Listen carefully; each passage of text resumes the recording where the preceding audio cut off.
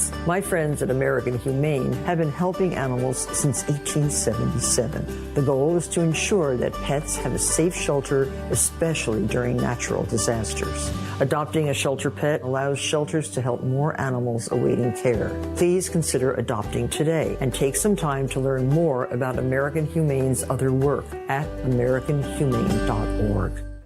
Try being at home with Patty Vasquez. Hold on a second. I'm going to take this on the air. Hey, Steve Lessman, this is Patty Vasquez. We're live on the air. Are you really calling me? Is the sales department calling me live on the air? Hey, Steve. Steve, you're on the air. Did they make You've done that to me. You could know Art from WCPT. Why are they calling you? I have no idea. He just saw me in the hallway. Come on now. Patty Vasquez. Weeknights 5 to 7 on WCPT 820. The far left's anti-ICE riots. Republicans are so dumb. Because at WCPT, we go to Riot Fest to riot, baby! Riot Fest is back in Douglas Park, September 19th through the 21st. Come see all your favorite bands, Blink-182, Alkaline Trio, Weird Al Yankovic, Weezer, Green Day, and many more. Tickets are still on sale at riotfest.org, but lucky for you, if you join the WCPT 820 Club, WCPT will send you to Riot Fest! Riot Fest, September 19th through the 21st at Douglas Park in Chicago. From the heart of Chicago, it's WCPT 820. Progressive Talk Radio, where facts matter and voices fight for change. WCPT 820. AP News, I'm Haya Panjwani. Malaysian Prime Minister Anwar Ibrahim says Thailand and Cambodia have agreed to a ceasefire from midnight to resolve deadly border clashes. Prime Minister Hun Manet and Acting Prime Minister Phumtham Vichayachai have expressed their positions and willingness to immediate ceasefire and return to normalcy. The U.S. and the European Union have agreed to a trade deal setting a 15% tariff on most goods. European Commission President Ursula von der Leyen said they wanted to rebalance the trade relationship. And we wanted to do it in a way that trade goes on between the two of us across the Atlantic, because the two biggest economies should have a good trade flow between us. And I think we hit exactly the point we wanted to find. Rebalance, but enable trade on both sides, which means good jobs on both sides of the Atlantic, means prosperity on both sides of the Atlantic, and that was important for us. AP correspondent Charles de Ledesma reports Israeli strikes have killed dozens of people in Gaza after an Israeli decision to ease aid holdups. Israeli strikes have killed at least 34 Palestinians a day after Israel eased aid restrictions due to a worsening humanitarian crisis. The territory's health ministry adds 14 Palestinians have died of malnutrition-related causes in the Gaza Strip in the past 24 hours. They include 2 children, bringing the total deaths among children from causes related to malnutrition in Gaza to 88. Israel on Sunday announced a pause in military operations in certain areas for 10 hours daily to improve aid flow. Aid agencies have welcomed the new measures, but say they're insufficient. Images of emaciated children have sparked global outrage. I'm Charles de Ledesma. This is AP News.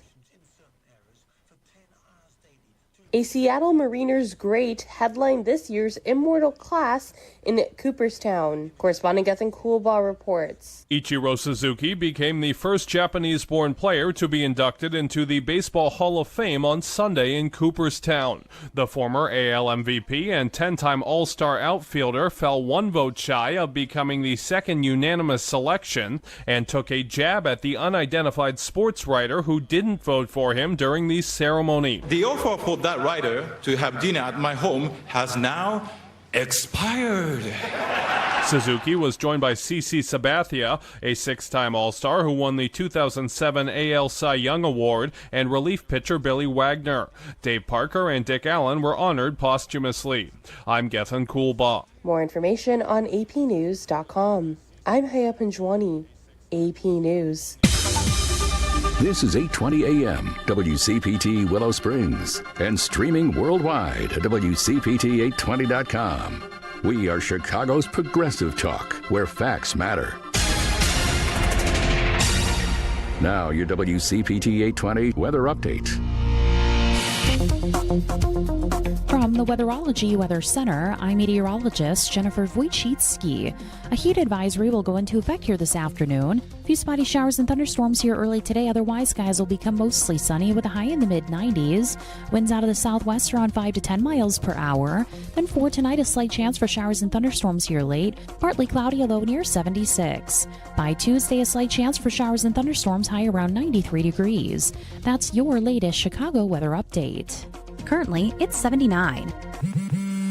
Back to school is on the brain. That means new notebooks, pencils, new everything. And while the kids are getting ready to get book smart, it's time for you to save smart with Straight Talk Wireless. Switch now and get a free Moto G 2025 with 5G when you activate select plans. Now that's a smart call. Get Straight Talk covered by Verizon's 5G network. Available at straighttalk.com and Walmart. Offer valid through 10/19/25. Taxes and fees apply. Purchase of gold unlimited plan or higher required for offer. Must activate the plan in-store at Walmart. Cannot be combined with other offers. Because facts matter. You are listening to WCPT 820. Welcome to Choose Views with Richard Chew. Get ready to dive into a world of insightful conversations and thought-provoking discussions. As progressives, our job is to have an all-inclusive, full-on assault with all of our players. A show that focuses on moving our political, social, economic, gender, and cultural conversation forward. And all of our players means all of our players. It's Choose Views. And now, here's your host, Richard Chew. Good Monday morning, progressives. Welcome to the July 28th, 2025 edition of Choose Views. Yes, sir. 773-763-9278. Find my show on Facebook Live, TuneIn Radio, and YouTube. Of course, email me at richard@wcpt820.com. You can follow me on X, Instagram, LinkedIn, Facebook, Blue Sky, Threads, and Substack. Last Friday, I had an opportunity to do a Substack Live with Mike Nellis, strategist who's been on my show, is on our show, my show every other Monday. That was a really fun experience. We talked about a few things. So go over to Substack and check that out. Catch all of our shows by subscribing to our podcast, WCPT podcast on Apple Podcasts, Spotify, and iHeartRadio. That's where you can get Choose Views, featured interviews, Joan Esposito, live, local, and progressive, Driving It Home with Patty Vasquez, The Big Picture with Edwin Eisendrath, Out Chicago, and other shows and interviews. And by all means, make your way over to our heartlandsignal.com digital platform, and I'll have a few things for you regarding that after this first break. Okay, so it's weekend. Weekend was great. Good to be back. Had a chance to hang out with Eric Grant from the host of the original The Family Meeting, and hang out with Michelle Peltier as well. So that was a lot of fun. And to that end, Eric's going to be our guest today in the 7 o'clock hour. We'll talk a little bit about a big event that's coming up this Friday that has become this is the fourth year of this annual event, and it's the Irie Dell Grant Golf Scholarship outing that's taking place. And we'll talk about that. And we'll talk a little bit about just the whole conversation around college funding and education for our youth. So Eric will be with us at 7 o'clock, 7 to 7:30 to chat it up about that and whatever else pops into our brains along the way. I've got a big question for you guys that I'll bring to you after we come back from our first clip. But that being said, check this out, progressives. Funniest arguments I keep hearing from these trad men, these conservative men, in regard to my arguments against genocide defenders on Piers Morgan's show is that it's so unfeminine for me to interrupt and speak over a man as he's literally engaging in the defense of the slaughter of children, endless slaughter of children in Gaza, and by the way, the West Bank too. But I disagree. I would venture to say that it's peak femininity for women to defend innocent lives, in particular children's lives. And if you don't agree with that, there's something wrong with you. Okay, so I'm going to kind of split the rails on this one. I agree with her 1,000%.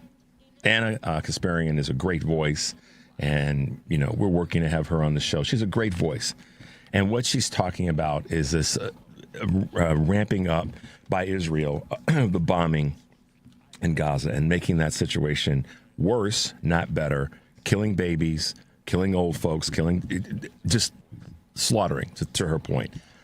So as much as that's about, that clip for me is about the content of what is happening in Israel and how the situation is just a perpetual nightmare. What I also took from it is, I'm going to add a word to what she said about ladylike, or how she's, she was on the show, and I watched the more of the segment. She stood her ground, and this is the connective that I'm making with this. This is part of the question that I want to pose to you guys, and it's going to be a question this week and ongoing. Sometimes you step out of your regular day and things that you do, and you learn something, or you're given perspective about ways that you can think and do things maybe a little bit differently, or a little bit better, or enhance, whatever the word might be. And so this is what came to me with Anna's, that quick little clip. She's standing on business. Standing on business, the phrase being, she's about letting people know where she stands and what she believes in and what's important to her, unapologetically. Okay? And yes, in this case, she's speaking specifically about the bombings that are taking place in Gaza by the Israeli army and military. But the other part of this, the sort of the underbelly part of this, is something that I'm going to be leaning into more and more with my conversation, and also with our guests as we go forward. And it's also something to be inclusive with you guys. And that is how Democrats have to stand more unapologetically on business. And, when I was on the family meeting yesterday, we talked about what Democrats should be doing. And although we didn't come up with the answers for it, and that's actually probably a good thing, and I mean that in a way that you'll see in a moment. Democratic leaders across the board, from a mayor to a city council person to a state elected official to a federal elected official, have to do a better job of standing on business unapologetically. There are a lot that are right now, so don't get me wrong. And for the bots that are getting fired up, getting their spools running, I know that there are a number of Democrats that are standing up and standing on business. But more of them, in fact, in Congress, in the House and in the Senate, every single one of them, from Chuck Schumer and Hakeem Jeffries on down, have to stand stronger and harder on business right now. And they have to be every day unapologetically, as I've said before, speaking to the issues that matter to all Americans and that are voting issues now, not in the 2026 midterms, but right now, today. That's where they need to be, without apology, without any concern about what anybody in the media or on the right or in the center, for that matter, is going to say about it. And that, to me, is that's part of what I took from what Anna was saying about, these guys people referring to her as not being ladylike, because she very, very clearly, she didn't interrupt them. She just didn't let them talk over her. That's how I saw it. And so we cannot allow Republicans and the mainstream media, left, right, or in the middle in terms of their focus, to talk over us and to talk over whatever the message is that's going to be our ongoing message. So to that end, here is the question that I want to pose to you guys, and we're going to continue to pose this question weekly, and we'll talk about it. And I want you guys to have this in your mind when you call in, and I want you guys to call in today. Of course, our number is 773-763-9278. But here's the question. It's a simple question, and it's asking. The answer may not necessarily be simple, which means that there could be multiple answers and opinions and observations, and I want to draw that out of you guys. And that question is, what should Dems do? What do you want to see Democratic leaders do? I've got a ton of clips that Devin and I put together that we're going to play for you today. I've got some updates in terms of current events that we're going to talk about. And, we're going to talk about the stinky one. We're going to talk about his party. and all the rest. But I want to really make sure that we're continuing to focus a big part of our energy on what the Democratic Party what you want to see the Democratic Party be doing. And I'm putting that as a question, but also as a conversation. What is it that we should be doing? We know right now fighting is maybe the key word, or one of the key words that we've got to use to get people inspired, re-inspired, whatever that might be. What is it that you, as a listener, as a follower, as a progressive liberal Democrat, or a Republican, or a person that's left MAGA, a person that is that sat on the sidelines, what is it that needs to be heard right now? What should be the message? And there can be multiple things.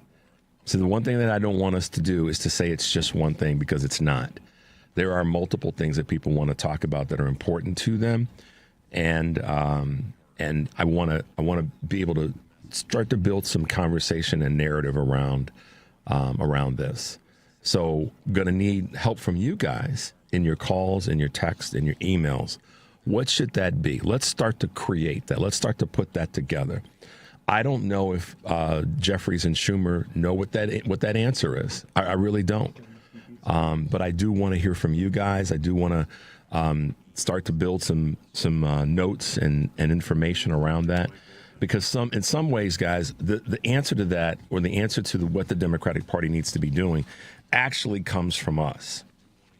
In many ways, it's what we want to hear and see. So I'd really like to hear from you guys that information. We're going to take a quick break. Devin's managing the boards and doing all the great stuff he does.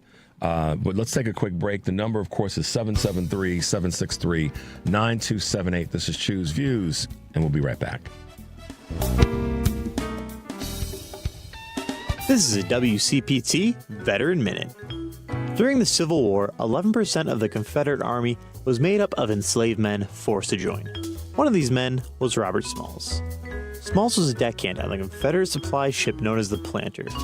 During his time, Smalls learned as much as he could about navigating the ship so he and others could escape. And on May 13th of 1862, while officers were sleeping, Smalls, along with 16 others, took the Planter out of the Charleston harbor, navigating through all 5 checkpoints while heading to open waters looking for the Union blockade.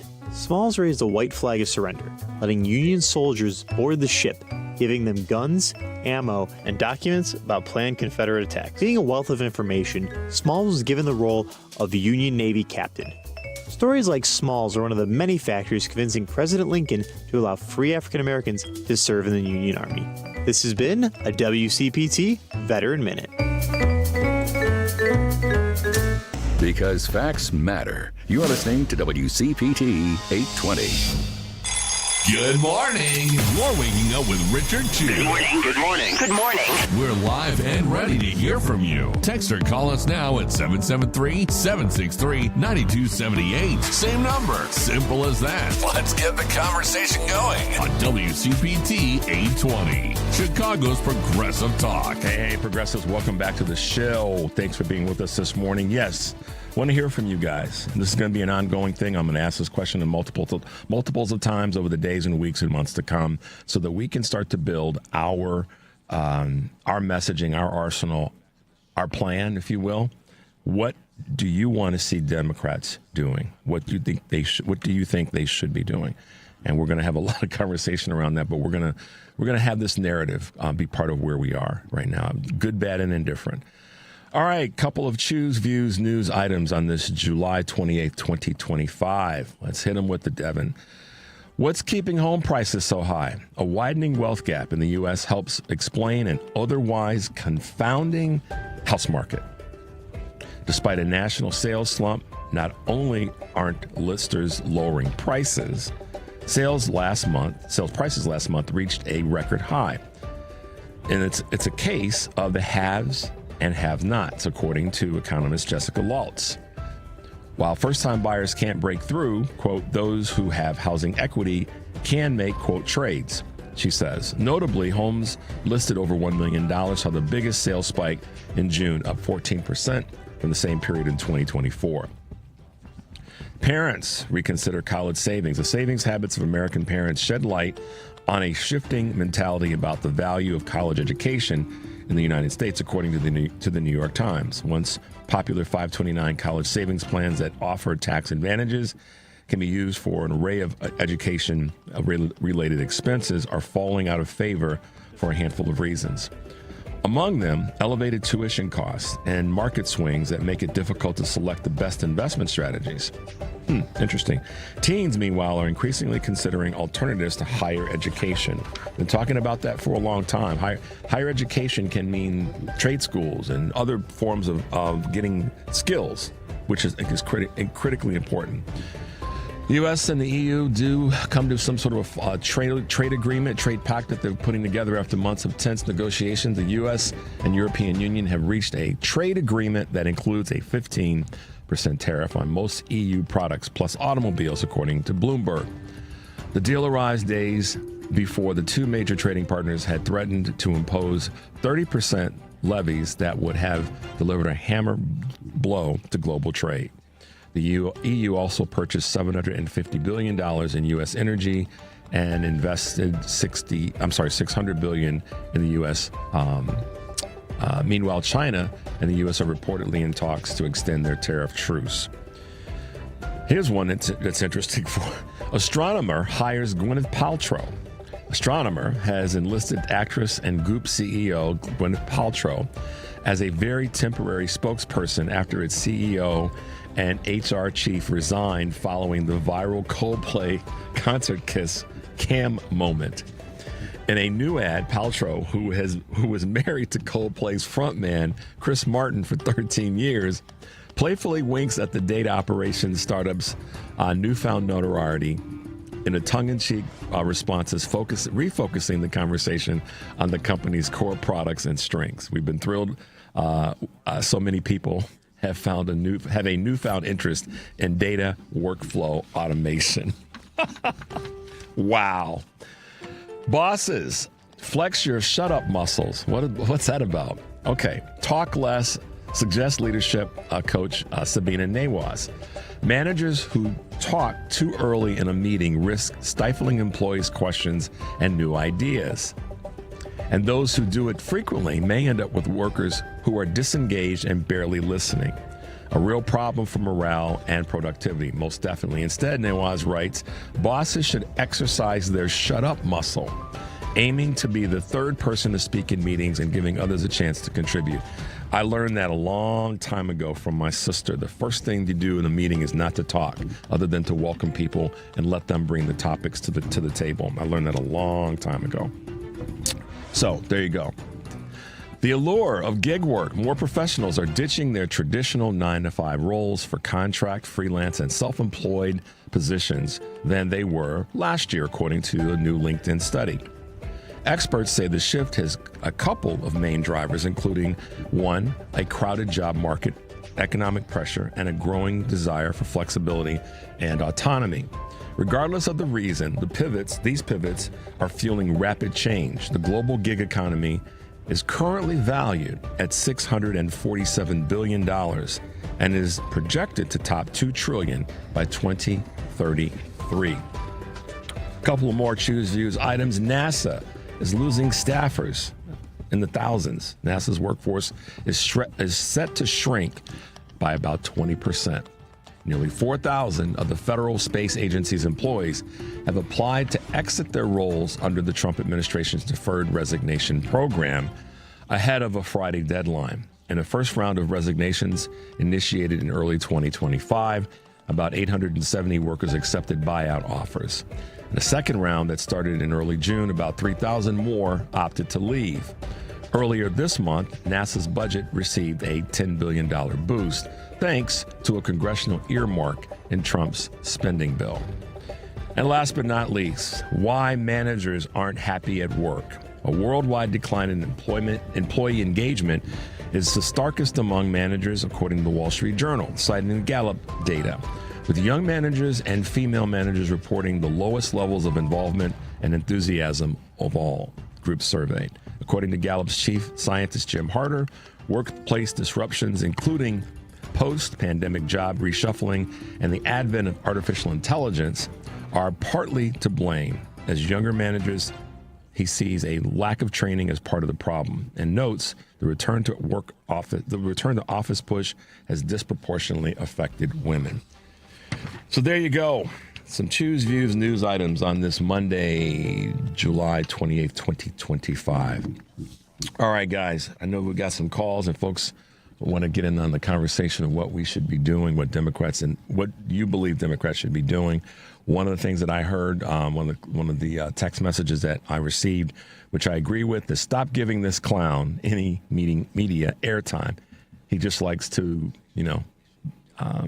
be hurtful to people. So I would agree with that. We talk about him a lot here. We talk about him a lot in progressive media and conversations, and I think it is part of what we have to do to out the things that are happening and speak to the things that we need to be doing. So there's a balance. I think that's probably the key word, is the balance. And one of the things that I'm going to be pushing for, and this is kind of the baseline of this question today, is how we build and make sure that we're acting now rather than waiting until the 2026, year before election. Because that's this fall, that's December, that's January. We need to be in the game now, and the fight has to be. And I've been saying this for months now. This is nothing new coming from my mouth, but the fight needs to be happening now. And I think recognizing some of the wins that we've had are critically important to that. So in the 6:30 to 7 o'clock hour, before Eric and I have a chance to chat, I'm going to take your calls. We'll come back when we come back from the 6:30 break. We'll take your calls and we'll talk about what you guys have to say in that period of time. So we'll have a little bit of time to get everybody in, which I want to do. But a couple things that are happening over at Heartland Signal that you might want to check out. Representative Tim Burchett of Tennessee says that there's no big deal, and I'm paraphrasing, there's no big deal with Donald Trump and Jeffrey Epstein being friends. They knew each other. They ran in the same circles. But that doesn't excuse the behavior that took place, that people are saying took place. All right. Over in Michigan, Democratic Senator Alyssa Slotkin grills Christopher Fox, the Intelligence Community Inspector General nominee, over Trump's trying to distract the public from the Epstein files by attacking who? President Obama. She says, even my 10-year-old nephew understands that was a distraction. So some good pieces over there. Good piece on Tony Evers not seeking a third term. So make your way over to Heartland Signal on X to check out some of the clips that we have there, the posts and articles that you can share with the folks that are in your world. All right, guys. Speaking of President Obama, this is something I got to say. Talking about what Senator Slotkin had to say about the distraction. I want to make it perfectly clear about something that's happening from reports, and that is the uptick in death threats to President Obama following these claims of treason. Okay. The online death threats and calls for imprisonment after this distraction are serious and have to be dealt with in a way that people, that law officials take seriously. I can tell you, and I'm not speaking from a position of bravado, President Obama is fully aware that, he's always, unfortunately, going to be a target to these crazies. He's fully aware of that. And he said in his first term that he was, and I don't know if this was during the election in his first term or shortly after he was elected, about, bless you, Devin, concerned about safety. And he said that, we have the best Secret Service and protection for a president on the planet. This is what he said, a version of that. You guys probably remember that. But that doesn't change, and he's right. But that doesn't change the fact that there are knuckleheads out there that might want to try something stupid. And all I can say is this: please don't, people. Please don't. If you think that the country is warmed up right now in terms of where we are in terms of political discourse and division, trust me, that would definitely we'd probably need some foreign entities to get involved to cool the country down if some knucklehead on the right, some maggot, decided that they were going to go after and so were to cause some issues with President Obama or his family. And I'm just trying to use the right words so I don't sound like I'm being inflammatory. But folks, just chill out, okay? We know that this is a distraction. We know this is Trump and his regime's way, including that the skunk-haired lady. It's their way of distracting from the Epstein situation. It's plain and simple that, okay? Because if that information that they're talking about was real, then during the first term they would have had a chance to delve into it, and they chose not to. If that's the case, and it's true, so let's just cut the BS out. That's coming from the regime. But for everyday folks, please, y'all, just you trolls that are out there and all the rest, just take a chill pill. You don't want the kind of craziness that would create. So there you go. Just want to remind people to take a deep breath and let let this cool itself out, because I highly doubt that President Obama or any of the folks in his administration committed treason by releasing the truth about what Russia did do and its involvement in our 2016 election. So there you go. Let's take a quick break, Devin. When we come back, at a couple clips I want to hit you guys with, and then we'll get into your questions or your calls about things that should happen. The number is 773-763-9278. This is Choose Views, and we'll be right back.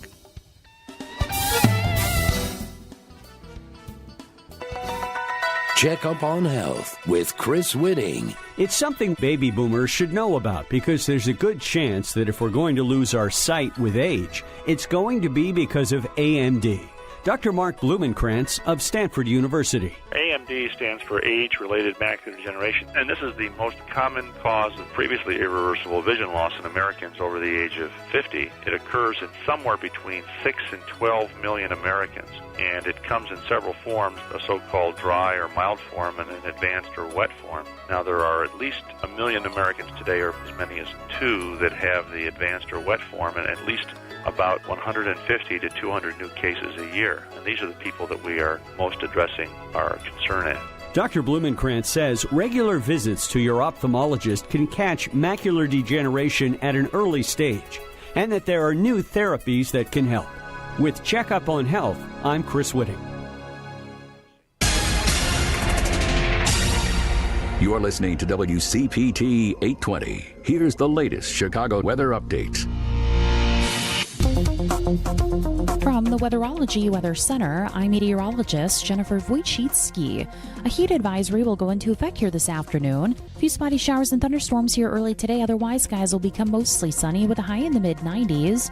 Winds out of the southwest around 5 to 10 miles per hour. Then for tonight, a slight chance for showers and thunderstorms here late. Partly cloudy, a low near 76. By Tuesday, a slight chance for showers and thunderstorms, high around 93 degrees. That's your latest Chicago weather update. Currently, it's 79. Hey Google, play WCPT. Streaming Chicago's progressive talk from TuneIn. It's Choose View with Richard Chu on WCPT 820, where facts matter. Hey guys, welcome back to Choose View, 773-763-9278. So listen, if you call in this morning, give Devin some love. He is fighting. He and I have a similar thing. We have terrible allergies. And I'm putting his business in the street, but you already heard him sneeze twice. So give my man some love if you call in. Or if you send a text, send Dev some love, because he is fighting through it this morning. And it's nothing worse than having to be in a studio where you got live broadcasting going on and you can't help but sniff and all that stuff. So, all right, guys, a couple things that are happening today as it relates to our shows. Live, local, and progressive. Joan Esposito will be talking to Pat Crelow, founder and editor of Up North News. Bruce Reens, former CBS Los Angeles deputy bureau chief. Live, local, and progressive.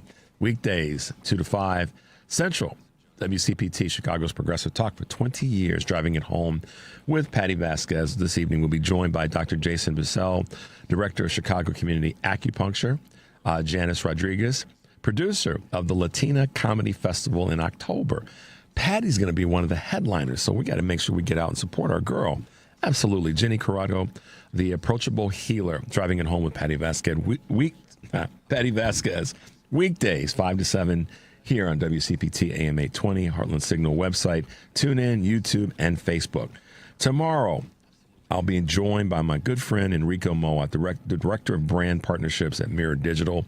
We'll be talking about how branding is impactful right now in this conversation around politics. And also with us will be Dante King to talk a little bit about, we're all going to be talking about something that's taken place in a particular part of a city, of a particular part of a state that wants to be exclusive. And I think you guys kind of know from the lead what I'm talking about. We'll delve into that tomorrow. So make sure you're plugged in. Of course, this is the Credo mobile phone and text line, 773-763-9278. Credo Mobile, a progressive phone company that is better for all people and the planet. Visit credomobile.com.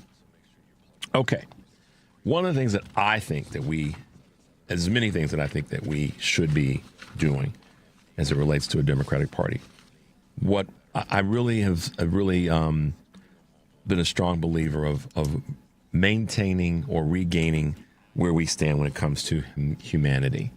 And after we play this clip, we're going to get to some of your calls.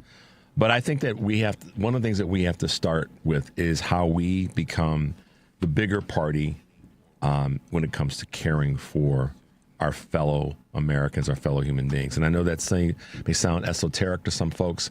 I can be a hardliner with the best of them.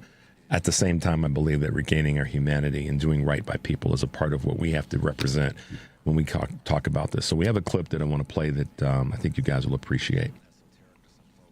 There's always been racism in it. It's mainly what it is, because if you really cared about people coming over the right way, the legal way, then you would make the right way and the legal way clear, and you wouldn't kidnap people at their green card interviews, and you wouldn't have like mass people picking people up after baseball practice, okay?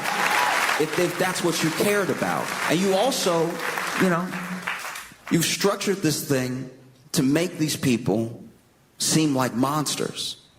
That's been the plan this entire time, because if somebody is a monster, it is part of the human condition and a flaw that we have. As long as we see somebody as a monster, whether they are or not, we don't really care what happens to them. It's why they can make conditions in prison so bad, because the assumption is, well, everybody that's there deserves to be there, so screw them, right? If they don't have clean water, or if they can't shower, or if their food's contaminated, good. Because they did something bad to earn that place, right? And it helps you strip the basic humanity of looking at another person, whether they've made a mistake or not, or looking at another person, whether from a different country or not. And if you get really good at stripping that humanity away, you can do whatever you want. And then you start to be able to do whatever you want to anybody that you want. And that's what's been creeping up this entire time. What started as like, guys, they're eating the dogs.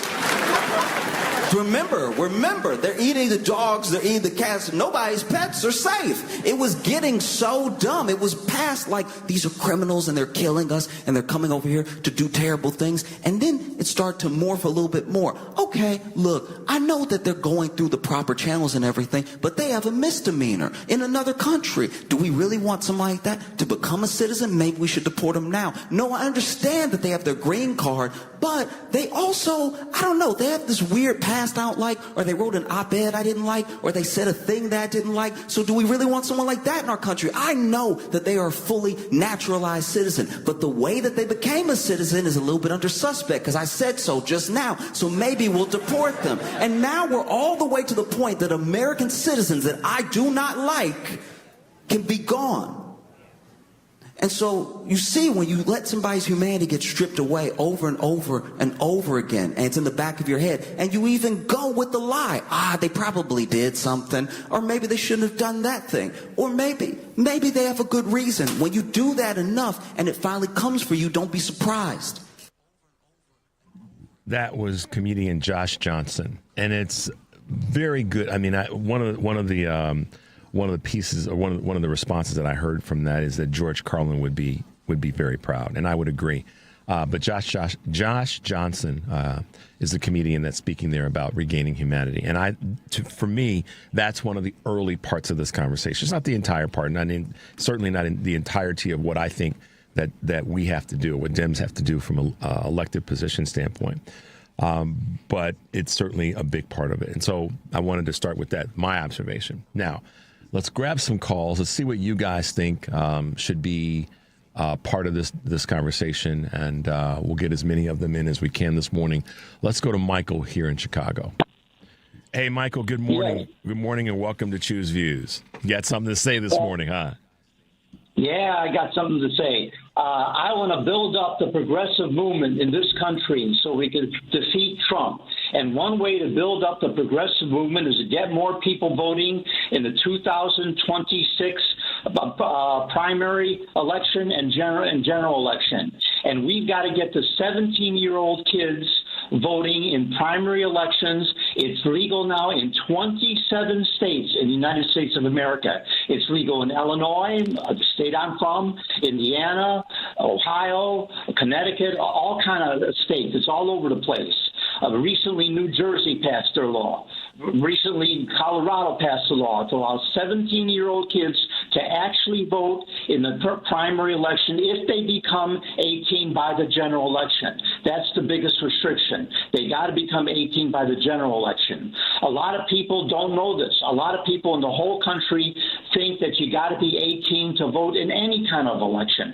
But that's not true. This is called the youth suffrage movement worldwide. All over the world, they're lowering the voting age in many countries, and we have to be part of that. And the laws are being passed. So the laws are on the books. Now we have to advertise it. We got to get these 17-year-old kids voting. Their parents.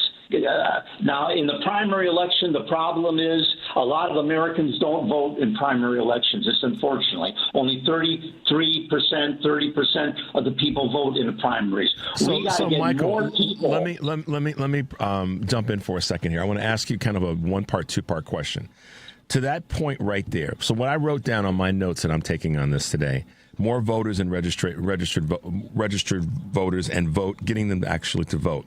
Why is it, in your opinion, and give me as clear, as simple answer as you possibly can, that the voting, and that's correct, I don't have exact database in front of me, data points in front of me, sorry guys, on this, but why is it, do you think, that the voting in primary elections, and this is a broad brush question, is as low as it is? Okay. The reason is because both sides figure, but Democrats and Republicans, that there's no hot election. There's nothing hot. The Democrats vote for liberal, very liberal candidates, and the Republicans, they vote for conservative candidates.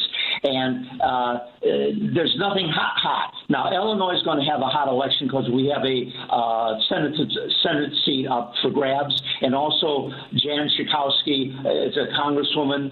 She's retiring. That's going to be up. But it is true that only a few people vote because they figure my co-Democrats, a lot of Democrats are not voting because they say, I don't have to vote because the other Democrats are going to vote. They're going to vote for liberal Democrats, and everyone running is a liberal. For example, the four people running for the position of Senate in the state of Illinois are all very liberal on their policies. It's only a matter if you want one man against three women, for the Senate seat. But their policies are the same. They're very progressive people. That's good that we've got them all covered, you see.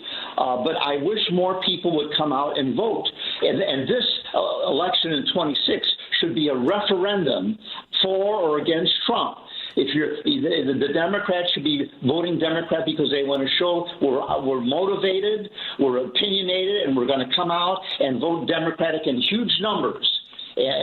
Even though this is a primary, even though, all the Democrats are liberal on the slate, we're going to come out anyway. Because we're going to show that we want to win against Trump, because Trump is no good. So I hope this primary will be a better situation. You see. All right, and Michael, thank you so much for. And we're going to keep the conversation going on this. So this question will be out here for a while. But thanks for your contribution this morning. All right, let's grab a quick call from Andrew in Detroit. Good morning, Andrew. Welcome to Choose Views. Hey, Richard. Michael was great. I think everything he said was great. And then I've got to say, there was a couple of things he didn't say that was so great. The first thing, we don't have civics in schools anymore. Children growing up don't realize how important politics and the government is to them. So they grow up and they just ignore it. They're listening to things other than television, this and that, whatever. They're not seeing enough of what government is, not just this nasty stuff that's going on now, but what real government involves. The biggest problem with the midterm elections, that's the last time you really have one man, one vote as far as voting for a president. Because when you go to vote for president, then it goes to the Electoral College. Right. So you've lost your one man, one vote. So if you want to actually have your voice in government, you show up to the primary elections. The Electoral College has got to go, but for us to get it to be gone, we've got to win the basic elections that we need to get to that point. That's it needs to be. It needs to be gone. 36 states. Yeah, we need 36 states to put it. To ratify it, right? In terms of the constitutional convention. So that's going to be tough. It's going to be very tough, but we've got to start somewhere. But I agree with you about civics. I want to come back to that for a second. And what I wrote down is better education on how government works. We have lost our way as a country when we don't teach the electorate how our government actually works. And one of the things that Michelle Peltier said yesterday on the family meeting is that we have an uninformed electorate. And because we have an uninformed electorate, coming back to what you said about civics, Andrew, we end up having people who don't know what voting really means, the history of voting, the good and the bad parts of history, the history of voting. And equally important to this, Andrew, we have a lot of people who just don't, because of your point, not understanding how government works and why it's important in this society. They end up, bashing government because they don't understand what the power of government can actually do, good or bad. So civics, we got to start. We got to refire that engine. I would agree with you there, but. And the Democrats need to flood the zone with that. Get on every airway you can.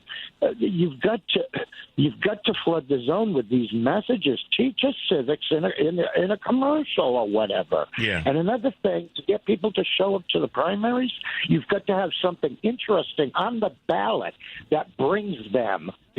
Something that they need in their lives or need to get rid of in their lives.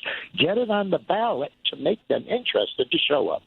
Thanks, Richard. Thanks, Andrew. Feel better, Devin. Bye-bye. All right, thanks, Ma. Andrew said just gave you a feel better, Devin. Let's take a quick break. The number is 773-763-9278. This is Choose Views on the Credo mobile phone and text line, and we'll be right back. Greece is cheap. But the airfare costs a fortune. Paris? Not much closer, and again, airfare... What about Puerto Vallarta? Let's face it, flying anywhere is just too expensive. Wait, what's this?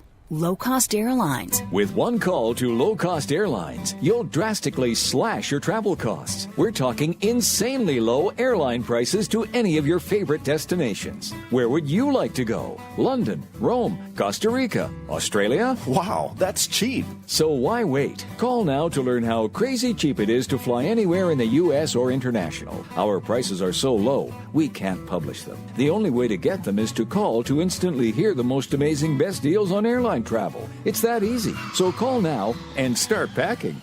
800-708-3091. 800-708-3091. 800-708-3091. That's 800-708-3091. WCPT 820, Chicago's progressive talk, where facts matter. It's Choose Views with Richard Chew on WCPT 820, Chicago's progressive talk. Hey, progressives, welcome back to the show, 773-763-9278.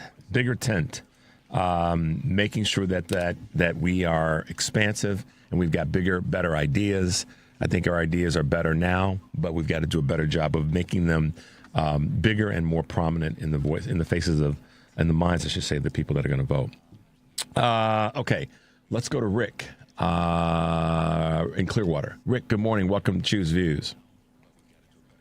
Hey, Richard. Thank you for getting me back on the air. And hello, Chicago. I love you. Okay, so here we go. First off, our mindset needs to change, and the Democratic Party's mindset needs to change. We need to start looking at these Republicans as a terrorist organization. If you look at the things that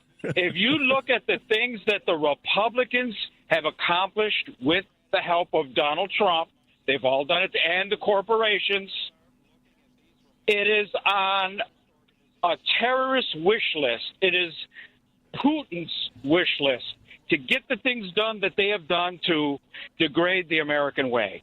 And we need to start thinking like that. And now, I agree with the last caller. We need to start getting more voters out there. That's true. Because that's not the systemic route. And you already know where I'm going with this, Richard. When you grab a weed and you cut it down, you got to get them roots out. And the roots, one of the roots here is, we got two of them, just simply put. We got these corporations and their money that they're just funneling in by the hundreds of millions of dollars, and the Electoral College is another one. Yep. We have to focus on that, and this is where you come in, Richard. You have that, as we used to say back in the 80s about radio, that 50,000-watt blowtorch there, WCPT. You've got a big responsibility and, on your shoulders. And what I'm not telling you what to do. I respect you, but I'm requesting, just like Rush Limbaugh would Hillary Clinton every day. And I know because I used to listen to him in the early 90s. Hillary Clinton morning, every freaking day. And I don't know what your percentages of what you're talking about this and about that, but just pound on it that the Electoral College, do some research and bring some interesting facts up on the Electoral College. They're a nameless, faceless group that have no accountability to nobody. Tom Hartman just said on your show, wasn't it just yesterday, that they are compromised like our Supreme Court? Didn't he just say that? We didn't really have the time to talk about it. I know where Tom, it was on Friday when we had Tom on, and I know where he stands with regard to the Electoral College. Listen, Rick, I'm just going to make this really clear so you don't have to blow a gasket. I agree with you. I agree with you probably more than any person you'd ever talk to about the Electoral College needs to go. I don't disagree with anybody that's ever said that to me in my adult life since I've been voting. I've always felt the Electoral College was a bunch of garbage because I personally... Well, then talk about it every day. And by the way, all my gaskets have been blown, so it's too late for telling me that. They're gone. Well, talk about it every day. Every day. Pound on it, brother, please. And... rather than but, and there has to be a constructive way of deconstructing it. And we know what the guidelines are. We know what the rules are. And there are proposals and there's other, the word that comes to mind are tools that can be used in the meantime. And I'll talk about that in the days and weeks to come as I'm starting to put together some other data. I agree. It has to go. And, not but, and for that to happen, we have to elect the officials and have the people in place so that we have the votes, not just on a federal level, but also on a state level to get rid of it. We know that. And so part of what Please let me comment on that, please. No, let me finish. What I'd like you to do is, as much as I'm using my voice to speak to this, I want you to be equally emphatic in reminding me, which I got the shoulders to hear it, but I also want you to be one of the agents of change and letting those who can make change make it happen. I'm not the only outlet, Rick. There are many, many others. And the biggest ones are representatives right there in the state of Florida that you live in that are Democrats. So maybe one of the things that you can consider doing, as the rest of us can across the country, is creating communication with those elected officials to tell them how this has to go on a state level as well as on your federally elected officials. That's the responsibility of all of us. So that's what I have to say about it. But I'm with you. I agree. There's no disagreement here. It's a question of amount. Did you cut my mic? No, I didn't cut your mic. Oh, okay. Please give me 10 seconds.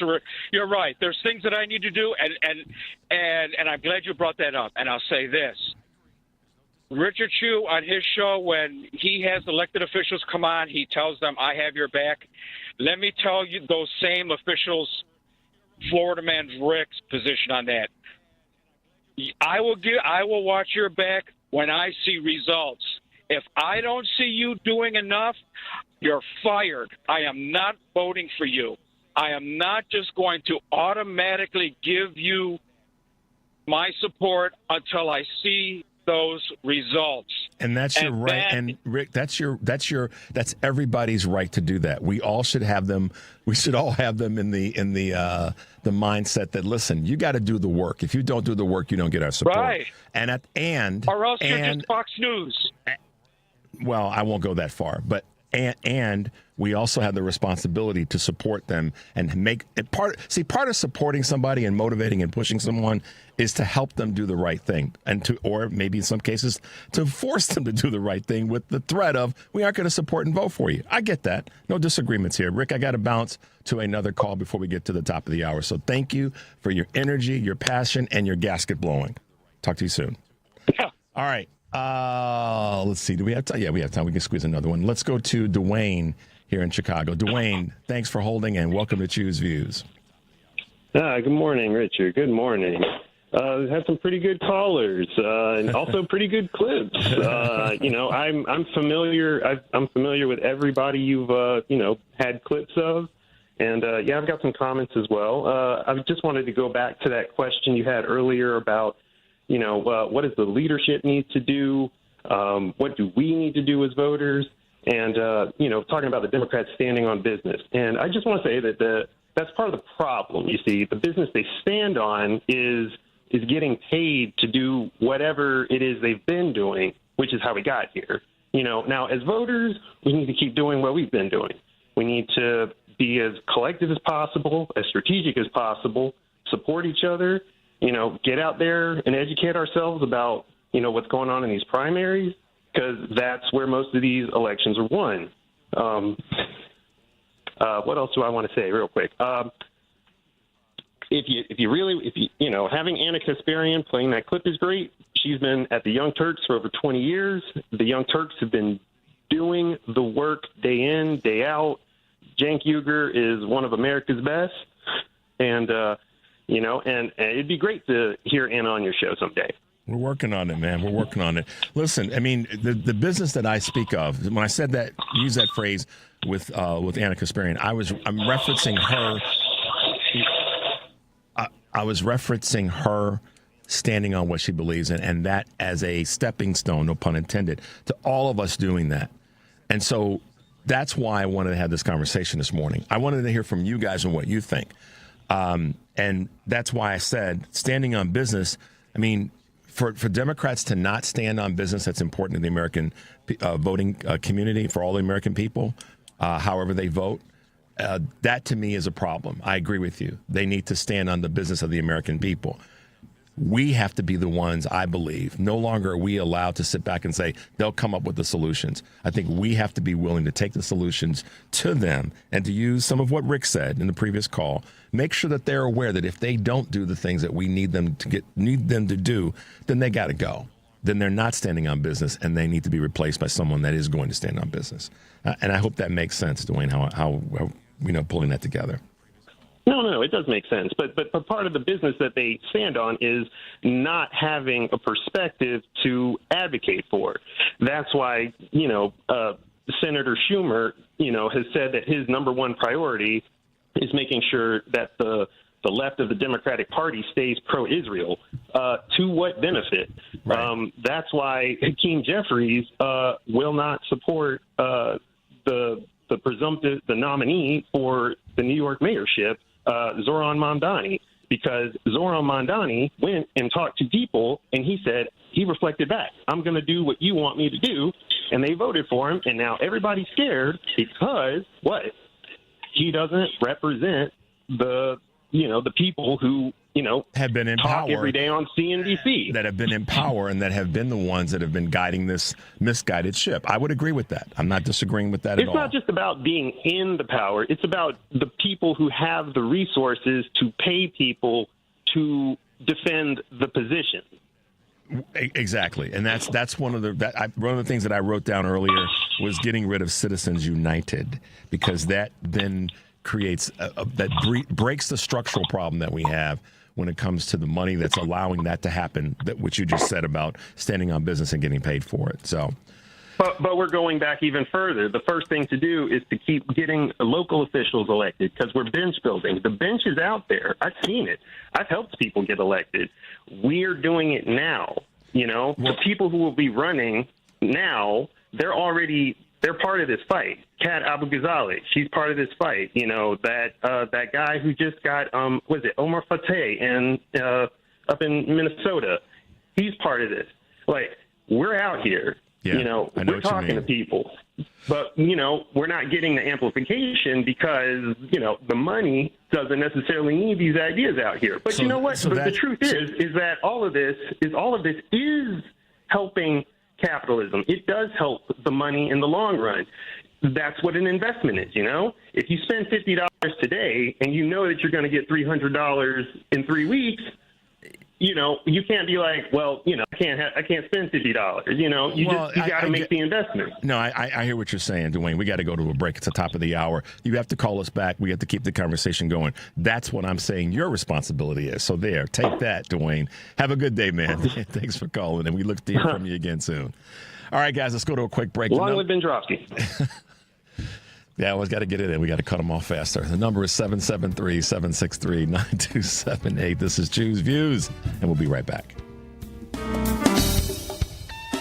This is WCPT telling you how you can shop blue. With the summer finally being here and everyone going on those vacations, let's look at some hotels that support the Democratic Party. Hyatt Hotels. Now, Hyatt Hotels is owned by the Pritzker family. Why does that Pritzker name sound so familiar? That's right, Governor J.B. Pritzker, governor of Illinois. It's safe to say that Hyatt Hotels supports the Democratic Party. Choice Hotels. Now, Choice Hotels donated $1.3 million to Democrats in 2024. And if you're wondering, Choice Hotels owns Quality Inn, Sleep Inn, Lacono Lodge, and Roadway Inn. Wyndham Hotels. Now, Wyndham Hotels owns Super 8, Days Inn, La Quinita, Ramada, and more. Marriott. Marriott donated $228,000 to Democrats in 2024, and Hilton Hotels donated $241,000 to Democrats in 2024. This has been WCPT telling you how you can shop blue. Are you looking to hire? ZipRecruiter finds the best candidate for your job fast. Try ZipRecruiter for free at ZipRecruiter.com/free. That's ZipRecruiter.com/free. AP News, I'm Haya Panjwani. Malaysia's Prime Minister has announced Cambodian and Thai leaders have agreed to end border skirmishes. AP's Charles de Ledesma. Anwar Ibrahim, who chaired the talks as head of the ASEAN regional bloc, says both sides have reached a common understanding to take steps to return to normalcy from midnight of July 28. Prime Minister Hun Manet and Acting Prime Minister Phumtham Vichayachai have expressed their positions and willingness to immediate ceasefire and return to normalcy. The fighting, which began last Thursday after a landmine explosion injured Thai soldiers, has killed at least 35 people and displaced over 260,000. Both countries had recalled their ambassadors, and Thailand had closed border crossings with Cambodia. The Monday meeting follows direct pressure from US President Donald Trump. I'm Charles de Ledesma. A manhunt is underway after a couple in Arkansas were killed while out hiking with their 2 daughters.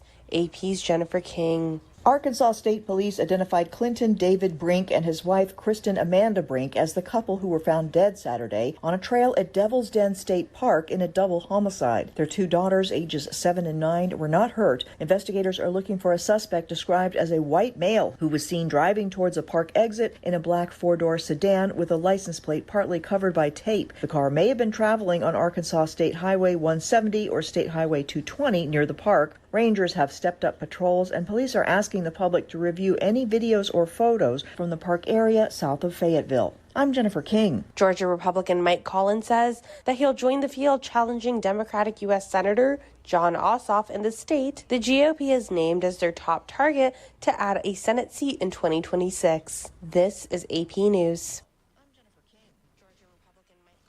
The U.S. and EU have reached a tariff deal. The AP's Mike Hempen. The tariff straight across for automobiles and everything else will be a straight across tariff of 15%. President Trump says the agreement averts a trade war that could have sent shockwaves through economies around the world. European Commission President Ursula von der Leyen says the deal rebalances the trade relationship between the U.S. and EU. We wanted to do it in a way that trade goes on between the two of us across the Atlantic, because the two biggest economies should have a good trade flow between us. And I think we hit exactly the point we wanted to find. Trump had set Friday as the deadline for reaching a deal before imposing stiff tariffs on the EU's 27 member countries. I'm Mike Hempen. I'm Haya Panjwani, AP. This is 820 AM, WCPT Willow Springs, and streaming worldwide at WCPT820.com. We are Chicago's progressive talk, where facts matter. Now, your WCPT 820 weather update. From the Weatherology Weather Center, I'm meteorologist Jennifer Wojcicki. A heat advisory will go into effect here this afternoon. A few spotty showers and thunderstorms here early today. Otherwise, skies will become mostly sunny with a high in the mid-90s. Winds out of the southwest around 5 to 10 miles per hour. Then for tonight, a slight chance for showers and thunderstorms here late. Partly cloudy, a low near 76. By Tuesday, a slight chance for showers and thunderstorms, high around 93 degrees. That's your latest Chicago weather update. Currently, it's 79. Millions of Americans take medicine like Ozempic and Zepbound. Many of them are overpaying by thousands of dollars a year. These GLP-1 medications for diabetes, weight loss, and more may not always be covered by your insurance, but GoodRx can help. GoodRx helps you save every month on prescriptions at over 70,000 pharmacies nationwide. Best of all, it's free to use. Check GoodRx to save on GLP-1s. Just go to GoodRx.com/GLP. That's GoodRx.com/GLP. GoodRx is not insurance, but can be used instead of insurance, including Medicare and other federal and state-funded programs. This is WCPT 820, where facts matter. Welcome to Choose Views with Richard Chew.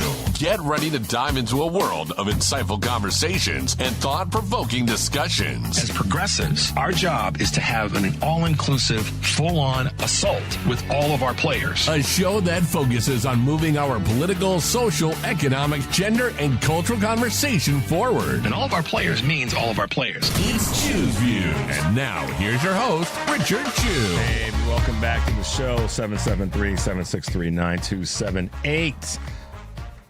It's Monday. It's the 28th of July. It's hot out. So if you're out and about, please, please, please make sure you're staying hydrated and, be smart in your activities.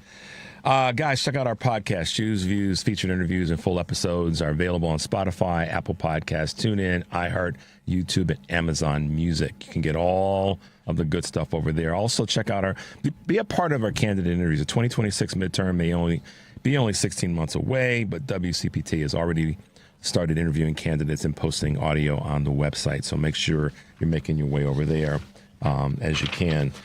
Talked about standing on business earlier, and that's a phrase that I think some people can appreciate and some may have criticisms of it.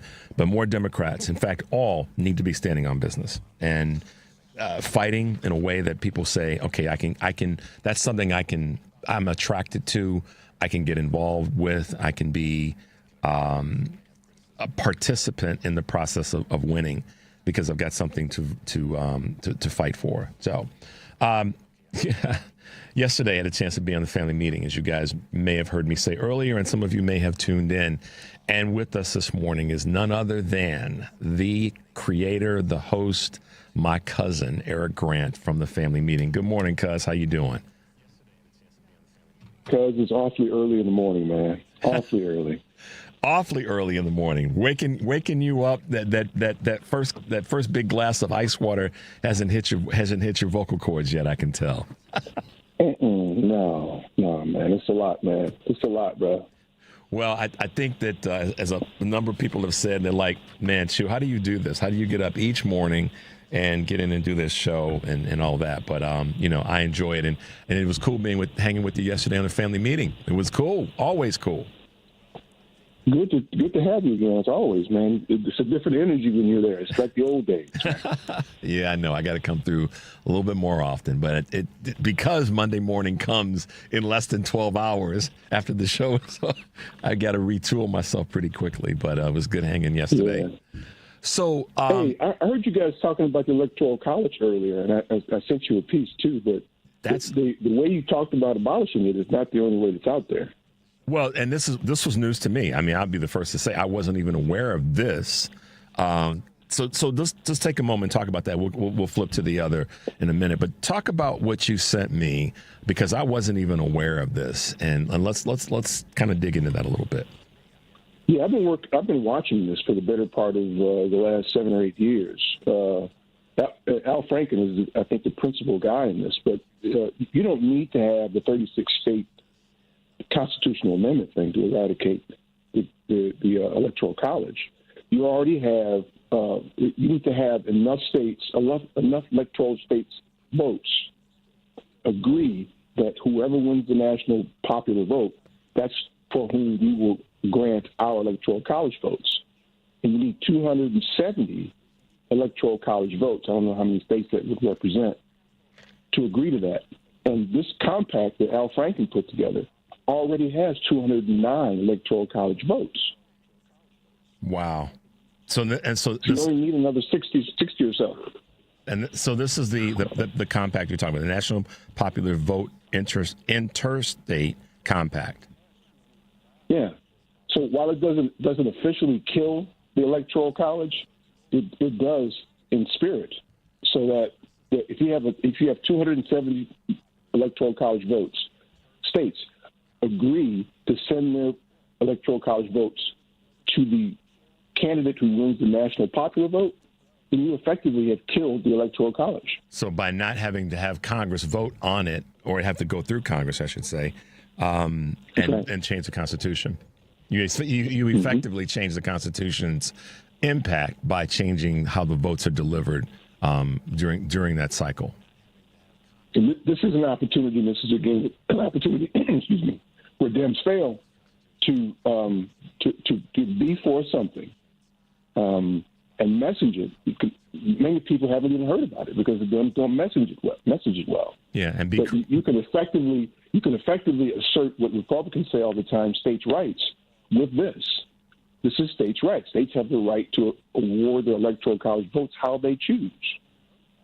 And by doing that, and then this is going back to your point about messaging. This is, I would say, if we did a survey, we'd probably find that less than 5% of people know about this, if that. Mm-hmm. And not just Democratic voters, but voters in general. That less than 5% of the voting population of 90 million people. Is that about right, or am I a little bit high on the numbers there? Probably closer to 200. High, but probably about closer to 205. Something. Yeah. Less than 5% of that group of people even know about this or are aware of this. But that's part of the problem when it comes to Democratic messaging. I mean, you and I get this kind of commentary both ways. We get people that get upset and send us crazy emails saying that we aren't talking about this topic enough, whatever the definition of this topic is. We need to be talking about this more. And then we have other people that say, well, why are you beating up on the Democrats? And we get that from, I will say, both sides do it. We get people who say we should be beating up the Democrats more, and then some that say that we should not, and that we aren't talking about this issue enough, and some say we talk about this issue too much. At the end of the day, I think that what we all have to do is decide if we're going to participate in moving forward or not. Because there's a lot of people who love to say what should be done, but they aren't actually in the fight to get some things done. That's how I see it. And the Democratic Party structurally has to change its, as we talked about yesterday, what are they fighting for? What do people want? What is it that the voters want? What are people willing to fight for? And then put that out there so that the voters can say, yeah, that's something I can get behind. Yeah, and I'll make the last point on that. The Democratic Party, we know it, needs to be pulled up at the roots. They are not effective. There's no way that you should lose to an orange imbecile like that twice. There's no way. Unless you are just inept yourself. So the whole leadership structure that they have, the way they elect their DNC leader, all that stuff, we need to oppose everybody who's running that organization now. Because you lost. You have an NBA team, and you lost to a sixth grade middle school girls team. That doesn't make any sense. Lost to a middle school girls team. You're throwing girls under the bus now? Is that what you're doing? Come on, man. Middle school girls team can't be an NBA team on any day. On any given day. They shouldn't, at least. Right. Good point. Good point. Since we're talking about sports, let's make that little pivot. Great event coming up. I did that? Yeah, I know. It was cool. You gave me the baton, and I ran through the tape. We just broke the world record. This Friday is the 4th annual event of one of the best fundraisers and golf outings that one can find. It's a small little event, but it's one that's been highly impactful, and that's the Irie Dell Grant Scholarship Golf Outing that's taking place this Friday up in Wisconsin. Talk a little bit about the event, this current event, and how people can still be involved and be a participant in it, but also the broader conversation around why you started it and what was the reasoning for putting it together. Yeah, I miss. I think I miss my daddy every single day, as I'm sure you do yours. Yep. And his impact on me and many other people on the QT was meaningful. It's hard for me to walk many places where people knew him and not say, "Yeah, your daddy was something else." Our golf outing, my sister and I put together the Irie Dell Grant Memorial Scholarship Fund in memory of our father, in an effort to not just award scholarship dollars, but to provide a couple of things in addition to scholarship dollars. Is that the second year support is really kind of our essential goal. We know that statistically, the second year in college is the toughest year for a student to finance, oftentimes where they end their college career because they're unable to figure out how to finance the second year and beyond. We also know that if you're able to successfully fund a second year in college, then you usually, more often, is more likely to finish school. So we think that that's a contribution to helping kids get to and get through college by supporting them that first year and that second year. But the wraparound services are also important. Once we award a scholarship to these students, we want to make you into more or less an Irie Grant scholar, where the holidays come around and you're short on money trying to get back home for the holidays. We'll get that plane ticket for you. Just give you a few supportive type things along the way, just to round out the edges. In addition to giving you a scholarship the first year, giving you a scholarship the second year, to provide you our family support in the way that we would provide that support for our children. Now, we ain't finna go out there and buy you dinner and stuff like that. But if you're short, if you just need a little bit of help, now you have somebody else that you can call and help fill in the gaps. And that's who we really want to be. We were successful in giving away almost $30,000 in scholarships this year to students to help them with their journey to college. And so we're looking forward to this year. This is really our first full year providing wraparound services where they have a phone number, my cell phone number, that they can call if they get in a bind. And if I got it, I'll give it to them. Mm-hmm. If I can get it, I'll give it to them. So that's what we're doing. This is born out of the Reagan years, if you want to get political, and I could talk more about that if you wanted to. Sure. So it's so long ago that Ronald Reagan is the impetus for what I would characterize as the current college financing crisis, the unimaginable debt that students incur. This all became or accelerated under Ronald Reagan when he cut Pell Grants, when he reduced federal funding for higher ed, and schools were then forced to basically raise tuition at a rate that exceeds inflation in order to keep their doors open. And you've gotten to the point now where you're beginning to see schools close just because they can't sustain the tuition increases. They can't attract students anymore.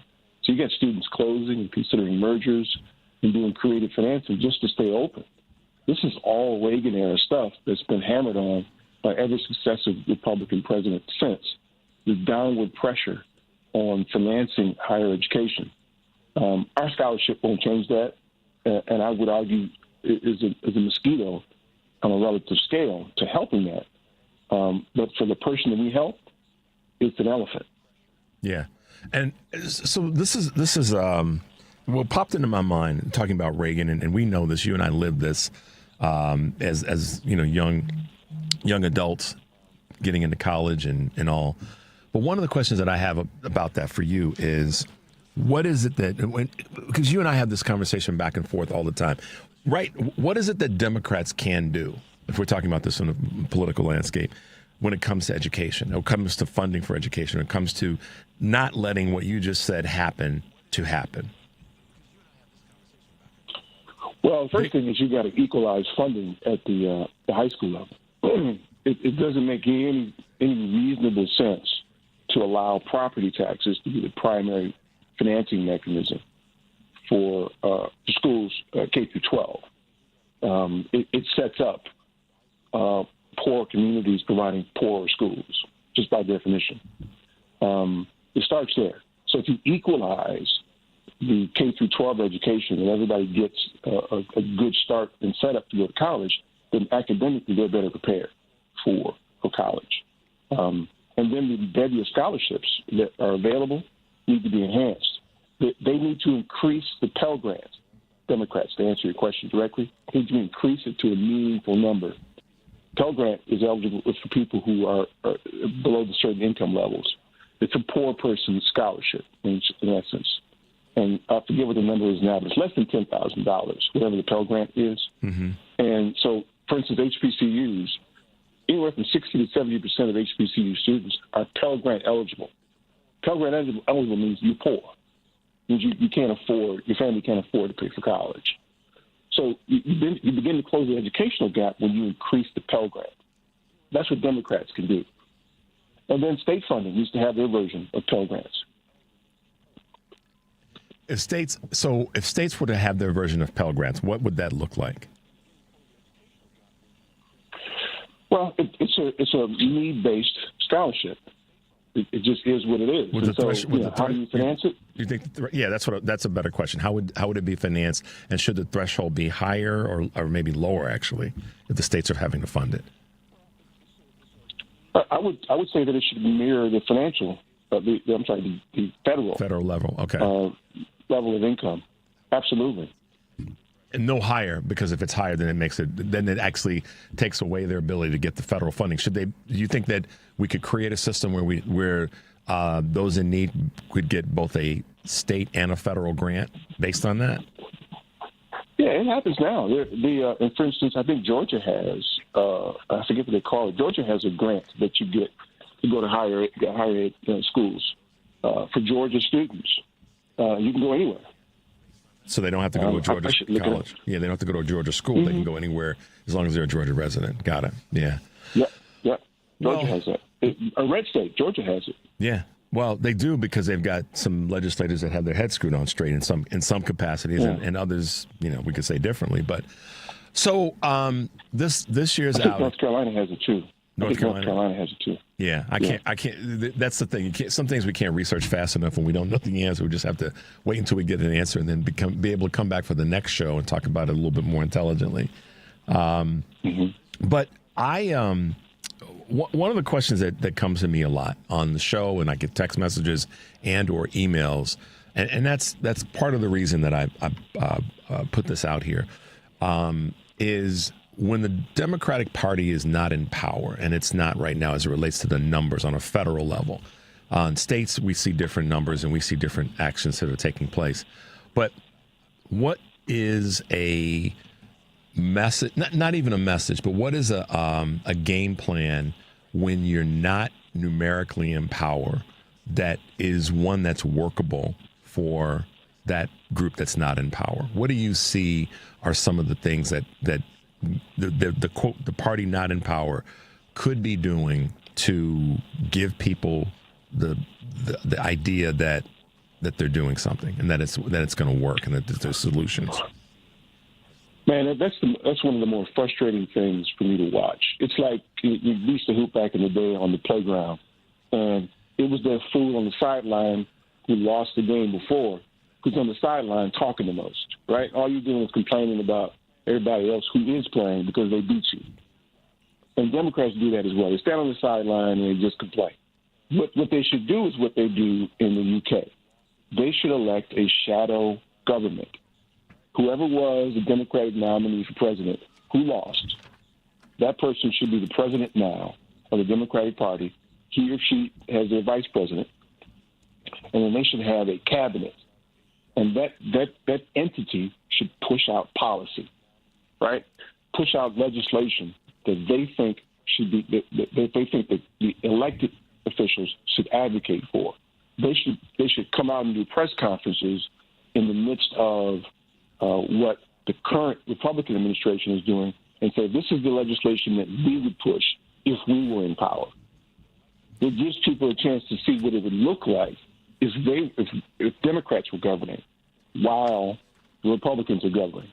And then it gives you an opportunity to see apples and apples. This is which one do I like the best? Do I like that legislation or this legislation? It also creates the discord that we need to have, the discussion over which policy is better. And then you can start, the debate of that becomes real time. I think one of the biggest mistakes, and I know I'm going to get, and I don't really care, I know I'm going to get criticisms for this, or comments at least, about I'm beating up on the Democrats, but I'm not. Eric and I come from a position of having played sports most of our lives in some capacity, whether it be organized neighborhood, whether it be at a collegiate level. And the thing that I know that you and I both learned is that criticism is good, because if it's done properly and implemented, if it comes from a good place and it's presented in the right way and implemented with care and concern, it makes the recipient get better.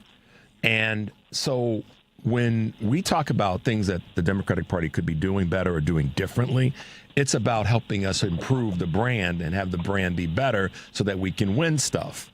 And that's why in this conversation, when you hear Eric say something like, creating a shadow government, it's to change the narrative. It's so that we can control and give the media something else to talk about. Imagine how powerful it would be, y'all, if we actually created a shadow government and done exactly what, or in part what Eric just talked about. The mainstream media would lose their mind, because now they would be forced to have to talk about the news that we're making, and folks throughout the country would go, "That's what I've been wanting to see. That's what I've been wanting to hear." Am I crazy, Eric? Or would that be part of the reality? Well, the answer to both is yes. You are crazy, and that would be part of the reality. Yeah, absolutely. So you can compare and contrast the different policies, and that's what it amounts to. I've watched the shadow government in the UK, and they don't do an effective job of communicating over there. Although I think we both love to watch Parliament in session. Order! And they're barking at each other because they really get it. They get at it, man. And I like to see that. And they ferret out things and they work things out. But yeah, you need to have a real comparison and contrast, and that you can look at and say, I like that better. Yeah. You're right. It changes the narrative. It forces, because the media chases whatever gets eyes. We make the news. Get eyes. Yeah. We make the news. It's like, listen, clickbait is a phrase that's used when it comes to social media, and I'm not trying to be some expert in that space, but I understand the definition of it. We create the clickbait on all news outlets, whether they be social media news outlets or whether they be the ones that we're familiar with mainstream media, and I think that's going to be a huge part of what can change this conversation or change how we win elections. Yes, is to go with that idea of shadow government, push it now. And that's the other thing too, Eric, and you said this so many times. We can't wait any longer. This waiting until and putting together these great, strongly worded letters and all this other stuff. We can't wait.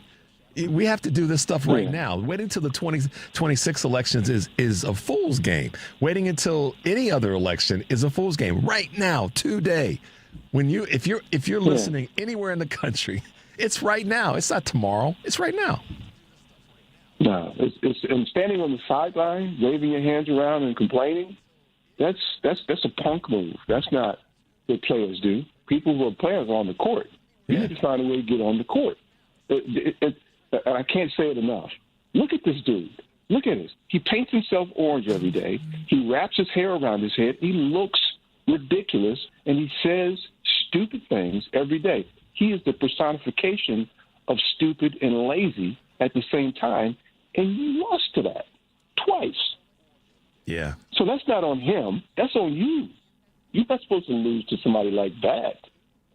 You're doing something wrong. Yeah, and so now the doing something wrong part is front and center, or I'm sorry, the results of having done something wrong is front and center, and that's these crazy executive orders, no real policy, but a bill that is going to punish a lot of the same people who said that they were voting for a dude that was going to make things better, and it's not, and the list goes on. So, but they have a tendency to give it oxygen too, like it's policy. Like what he's doing is policy. He's stupid and he's lazy, and they react to what he does like there's some sort of political strategy. He's just stupid. Yeah. He says and does things because he's stupid, and you're reacting to it like it's meaningful. Yeah, and it's not, because there's no meaning behind it. So this is one. I have to read this to you. One of the and sometimes I wonder if it's a bot, but I'm going to read this one to you. This is a text that I just received. Republican voters don't give a damn about policy. You two sound like you've just woken up from a 50-year coma. Republicans don't give a damn about policy. They don't really, but I don't think that you and I have been asleep for the last 50 years. Would that be fair to say? Mm-hmm. Anyhow, listen, I'm glad that you are, as always, full-throated about what you see we need to be doing and how we need to be doing it. But I also want to just, one more round back to the golf outing on Friday. Can folks still get involved? Can they still participate? Can they still donate at this point? Yeah, I think one of the things that chases people away is they think that it's a day of golfing, and it's not. I mean, there'll be golfers out there who are playing golf, but we're going to have card games, and we're going to have Monopoly and virtual reality video games for people who do things other than play golf. And then we'll do like we did at our pizza party. We'll play the getting to know you games, stuff like that. So it'll just be an outing where there'll be people playing golf. So you can go to the website, tfmradioshow.com. You get a pop-up when you go there, and it'll allow you to register. And I would encourage you, if it's not something that you want to do, send a donation. Every single dollar, we don't have any overhead in our foundation, so every single dollar that hits our bank account goes right to the kids. We don't have any expenses. So, if you want to give some money, $5-10, I'll take it. Because it goes to the kids. That's what matters. Let me add this too. If you got a second, let me add this too. We were successful. Believe it or not, the Milwaukee Bucks have a youth camp in Wisconsin all over the state every year. They have 30 or 40 locations. Can you believe this? In 25 years, they have not had a Milwaukee Bucks basketball camp in Milwaukee. Wow. Some of the top players. So we were successful. Some of the top. We were successful in getting them to have a camp at an inner city school in Milwaukee this summer. This goes back to something that I say all the time. Some of the most impactful things that can happen right in your community, right in your immediate area. and they have huge impact. It doesn't take a lot of effort all the time. It just takes some creativity and kind of a vision as to how things can be changed. And this is a relatively, by comparison, small event. But look at what it was able to do, was to inspire the Milwaukee Bucks to have a camp, which they hadn't done in, a quarter of a century? That's insane. Yeah. And it was simply as asking them, what are you doing? Why aren't you having a Milwaukee Bucks basketball camp in Milwaukee? What's wrong with you? Yeah. And it's like, yeah, you're right. Dumbasses, what are you talking about? Anyway. All right, man. Thanks for being on the show. I wanted to talk about the outing and definitely give it some of the air that it needs. And get involved, y'all. You can come out and play cards. You can make a contribution. You should do that. And it's a way of supporting a phenomenal organization. And Eric, thanks for taking some time to hang out with me this morning. Thank you for your support, man. I appreciate it as always. All right, cuz. I'll see you on Friday. Okay. See you. Bye. All right, guys, let's take a quick break. The number is 773-763-9278. This is Choose Views on the Credo mobile phone and text line, and we'll be right back.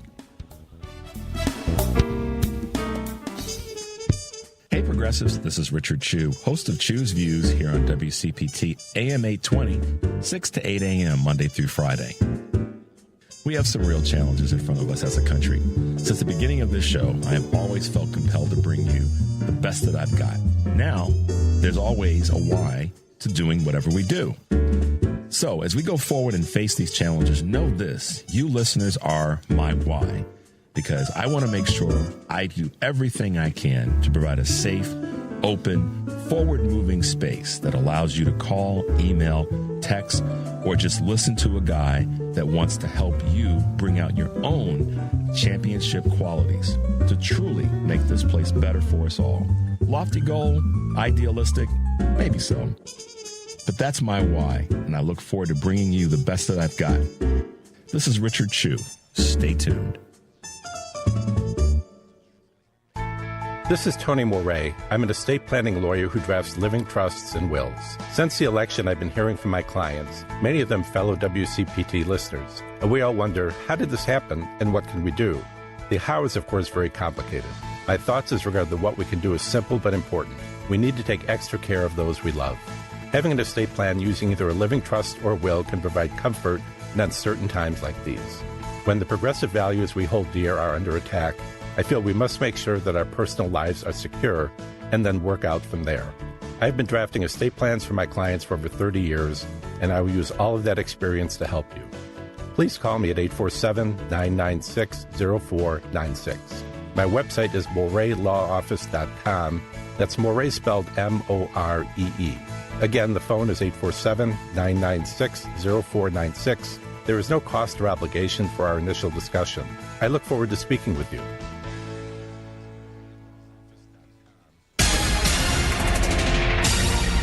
You are listening to WCPT 820. Here's the latest Chicago weather update. From the Weatherology Weather Center, I'm meteorologist Jennifer Wojcicki. A heat advisory will go into effect here this afternoon. A few spotty showers and thunderstorms here early today. Otherwise, skies will become mostly sunny with a high in the mid-90s. Winds out of the southwest around 5 to 10 miles per hour. Then for tonight, a slight chance for showers and thunderstorms here late. Partly cloudy, a low near 76. By Tuesday, a slight chance for showers and thunderstorms, high around 93 degrees. That's your latest Chicago weather update. Currently, it's 81. You're listening to WCPT 820 because facts matter. Welcome back to Choose Views with Richard Chu on WCPT 820, Chicago's Progressive Talk. All right, guys, welcome back to the show, 773-763-9278. Try to respond real quickly to a couple of text messages. The foundation or the event is the Irie Dell Grant Foundation, and it's a golf outing that's taking place on Friday. Golf outing and other events. But if you email me at richard@WCPT820.com, I can send you the link so that you can get involved or whatever way you want to participate. So just email me and I'll get it to you, and then you guys can take it from there. But in the meantime, you can just go to the Irie Dell Grant, D-E-L, Irie, I-R-I-E, Dell, D-E-L-L, Grant Foundation, and get that information. But again, I can provide it for you as well. So there you go. Thanks to Eric for being with us this morning. I want to have an opportunity to chat with him about the outing and the event and the fundraising and all that he's done for the last 4 years, which has been fantastic. And yes, I wanted to get his take on the Dems game plan. Up from the roots. Yes, there are some elected officials that need to be uprooted in the Democratic Party on a national level.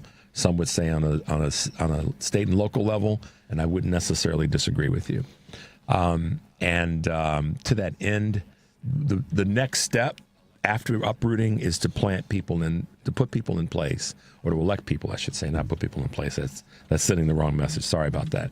But to then elect folks who are going to be deeply rooted in the things that matter to the people that have elected them, and stay on point with that. And if it changes, let the change be based on what the voters who elected you are requesting and requiring.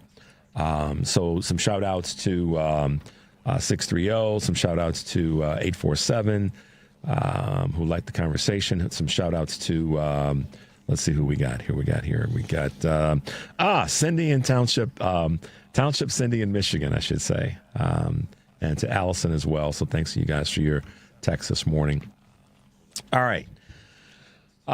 Question earlier, what do you want to see the Democratic Party be doing right now? What do you want to see them focusing on? What do you want to see them messaging to you or to the voting community? Some of you have said things that I agree with fully, and others in part. One of them in terms of getting rid of the Electoral College, and Eric presented a bit of work that's going on now in that space, the National Popular Vote Interstate Compact. I'm going to do some more diving in deep onto that and bring you guys some more information so that we can have that be part of our conversations. As we go forward, when we talk to politicians, one of the things that I have committed to doing is to ask them more questions about how we navigate through the Electoral College. And one of those things that one of the reasons why we have to deal with this is what's happening when it comes to states' involvement in gerrymandering. And, you know, I've got significant issues with what states are doing, have done, particularly when it's designed to harm voters and not be give representation to voting and voters. So I have two clips that we're going to get to that will speak to this. You guys may have heard about this last Friday, Isaiah Martin down in Texas, and what took place with him in speaking to the state legislators in Texas about this gerrymandering. And he was arrested. He's since been released. We have a couple of clips that we're going to play as it relates to gerrymandering in the state of Texas, and then we can try to talk a little bit about that before we wrap up today's show. So, Devin, let's go to the first clip with Isaiah Martin. It's very apparent that no one seems to know why we're here. It just seems as if many are just sitting here going with the emotions. And it makes sense, because the game is rigged. We already know this way the situation's going to be. Many of you that are Republicans that are looking at you guys understand the game. You got to get Trump's endorsement. That's the name of the game to be a Republican nowadays. And you know very clearly that Trump told every single one of you that he needs 5 seats, is what he said. So why do we play this game where we come here to an empty chamber in which all of you pretend as if you don't know what's going on when you already know what the situation is? But the real conversation that we should be having, that I want every single one of you to understand, is that there will be a retaliation for that. You've seen states like California say that they will gerrymander Republicans out of their states. You see the same thing in Maryland. The same thing is going to happen in New York. While you were in here, Governor Kathy Hochul said that she will be gerrymandering Republicans out of their seats. The same thing is going to happen in New Jersey. So for all of the work that you guys see, that you guys claim to be doing, when we should be talking about the fact that we live in a state that is unaffordable for people, our economy is wrecked, people cannot find good jobs, we literally have property taxes going up every single year, despite the fact that you Republicans have been in office for nearly 30 straight years. I mean, this is the game that we live in right here. And you choose, after we literally got after one of the worst mass casualty events in our state's history, to go and gerrymander people out of their seats. That's what you have chosen to do with your time because you're scared of Donald Trump. You are scared and terrified because you're seeking an endorsement when you understand the truth. And the funny part about it is that you all know it's true. You can't react to it. I see you guys' faces. You can't react to it, but you all know what the situation is. Because Donald Trump runs this body. He runs your vote, he runs your vote, he runs your vote, he runs your vote, because you guys know that you cannot dare cross him. And ultimately, what we need in this state are people that have the cojones to actually go forward and call this stuff out. Because what you guys have done to this state is cataclysmically horrific. And I think that everybody across the nation should be able to go look at what you guys have done. So I look forward to Kathy Hochul getting rid of you guys as Republican friends. I look forward to Phil Murphy getting rid of your Republican friends. I look forward to Wes Moore doing the same thing. I think Andy Harris Please finish your had a long testimony. congressional career. He's about to be done too. All of them will be done. And you can thank your failed, senile, dilapidated, Epstein partying with president for all of the work that we're about to do to every single one of you. Thank you for your testimony. You did this, you caused this, and this is the result of you. That is what I believe more of you are asking for from more of our not only Democratic elected officials that are currently in offices up and down, state, regional, national, local, but also from people who are running. Isaiah Martin is someone, you asked me to bring you names and people and folks that are the young voices, and I mean both chronological and in ideas. This is what we're talking about. This is someone you need to get behind. Isaiah Martin is in Texas, and he is making it clear, unapologetically. The dude got arrested and released. Mike Nellis and I talked about this on our Substack Live that we did on Friday. Okay, that's what you want to hear. That we want to hear more of that. It takes us finding those folks and getting behind them and getting them elected on a state level and on a federal level. He's a congressional candidate, and we've got to get behind him. I say this oftentimes, you don't have to agree with everything that anybody says, but when someone's bringing that kind of energy, I'm a laundry list guy. I love it when people laundry list things. Hillary Clinton did it, and it didn't prove out what we needed. It didn't work to win the election. Kamala Harris did it, same thing.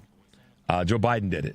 Maybe not enough. But the point is, that's one of the things that I like to see and hear, is when people they come to the mic, they come prepared to talk about those things and break them down.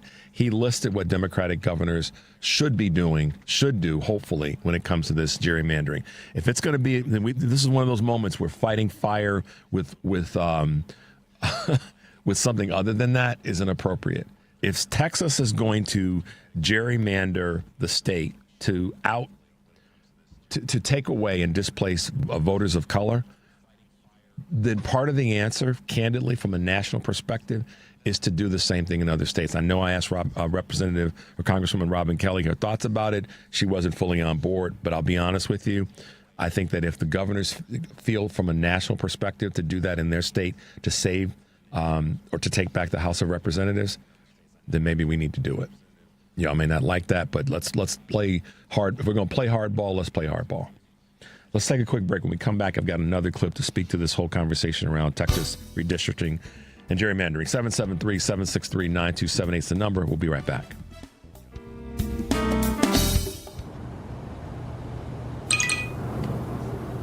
That's the sound of the ComEd Energy Efficiency Program, saving you money and energy. With rebates on Energy Star appliances, so you can come back to a home full of savings. Discover more ways to save at ComEd.com/home savings. ComEd, powering lives. Alexa, play WCPT. WCPT from TuneIn.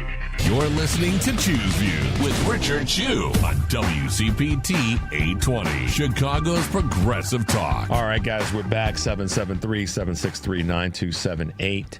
We're going to go right to another clip that speaks to what's happening in Texas with regard to gerrymandering and seats being left not appropriated. Let's go to the Texas redistricting. My name is Amanda Edwards, and I'm a former at-large Houston City Council member, also a candidate for the 18th Congressional District seat now left vacant. On behalf of the 800,000 people who have been without a voice, who have been without their vote, who have not had the federal advocacy that one enjoys when they have their voting member in place. When you count the time from Congresswoman Sheila Jackson Lee being unable to vote and passing away, combine that with Congressman Sylvester Turner also passing away, and the delayed special election, which will likely end in a runoff, this will be a period of time for about 1.5 years. Okay, so 1.5 years without representation. So taxation without representation. We have a DOJ letter in front of us listing this district as one that should be dismantled. A reconfiguration of this district, how would it dilute the voice? How would it dilute the voting strength? In the 18-month period where the 18th Congressional District will have had no representation, we had something passed called the Big Beautiful Bill. It cut $900 billion in Medicaid funding, $300 billion in SNAP benefits, and it told people who were seeking graduate school loans that they had to be capped as well. That was cutting off opportunity for people. And do you know, when it first passed out of the House of Representatives, it only passed by a margin of 1 vote. Had I been in the seat at that time, had we called a special election by that time, we could have been the vote to block the Big Beautiful Bill that is causing such devastation across America. So when we have the conversation around my vote doesn't count, look at that scenario there. That's on a federal level, and as it relates to them not having the seat so that they couldn't vote. Think about that for a second.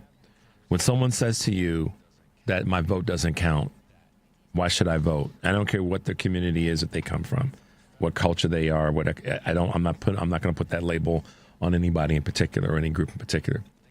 But if anybody says to you their vote doesn't count, their vote doesn't matter, or I don't have a reason to vote, this is the reason why. That's complete, absolute insanity.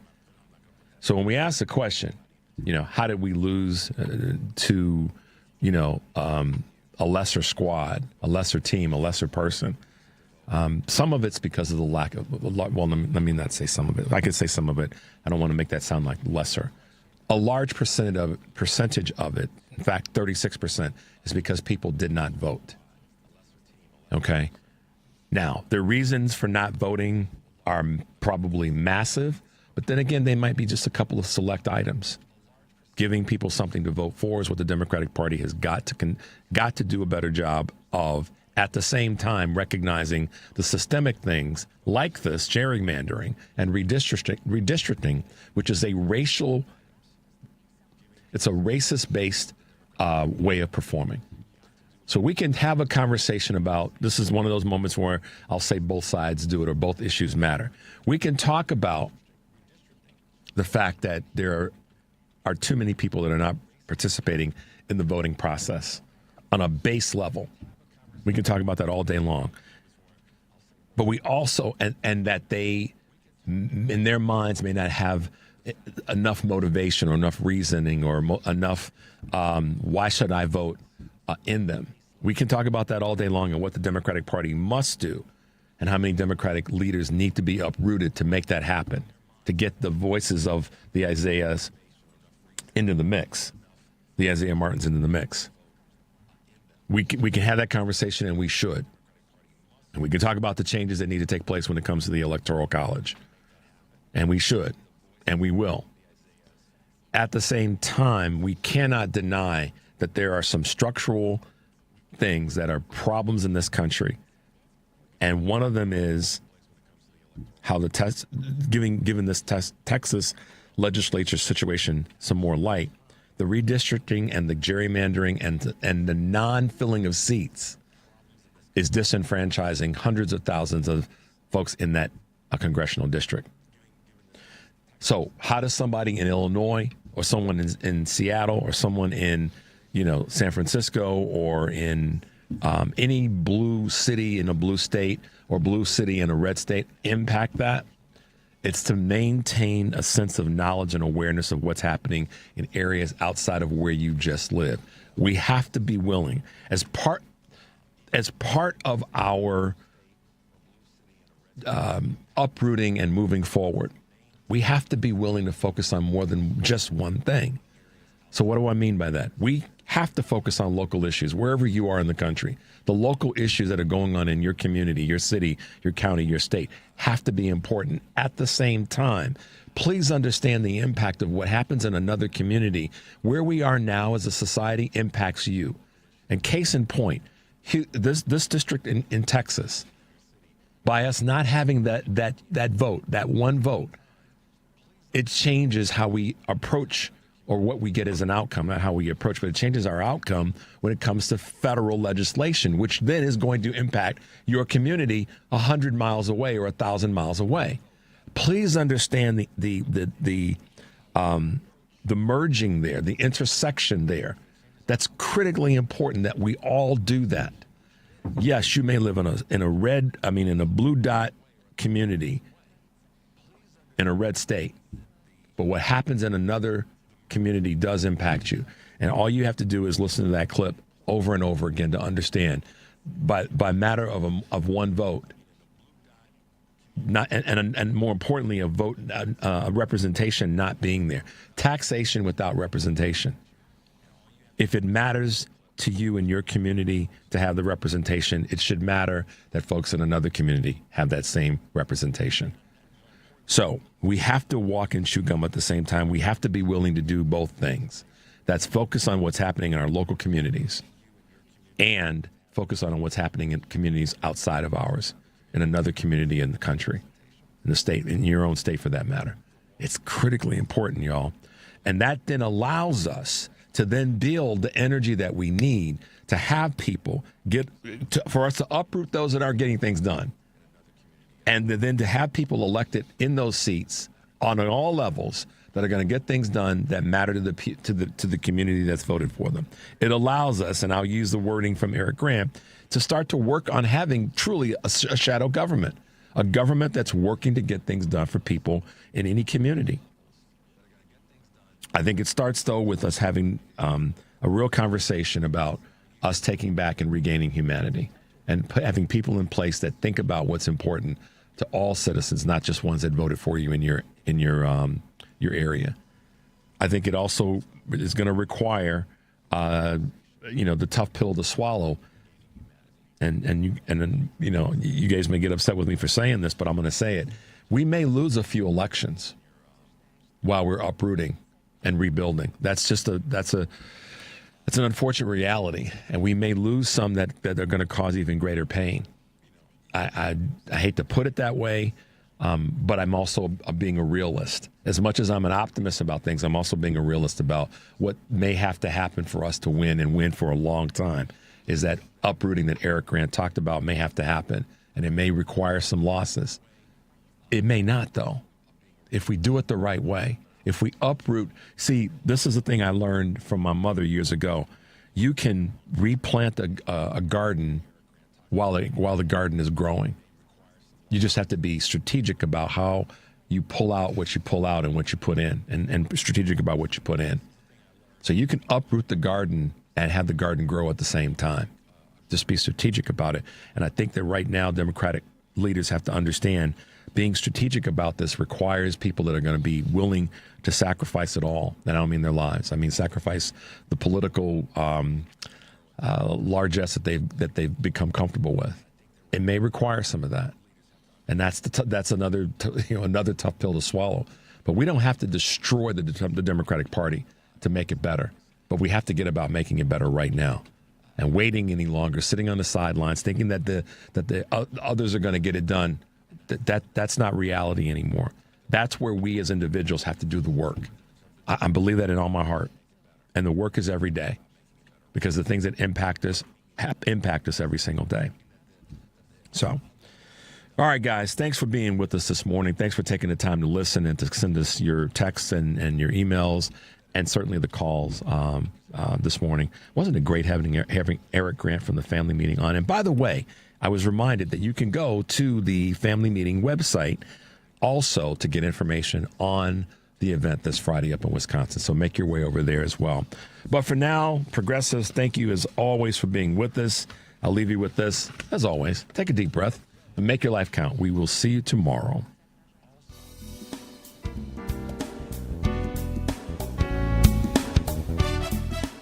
The far left's anti-ICE riots. Republicans are so dumb. Because at WCPT, we go to Riot Fest to riot, baby! Riot Fest is back in Douglas Park, September 19th through the 21st. Come see all your favorite bands: Blink-182, Alkaline Trio, Weird Al Yankovic, Weezer, Green Day, and many more.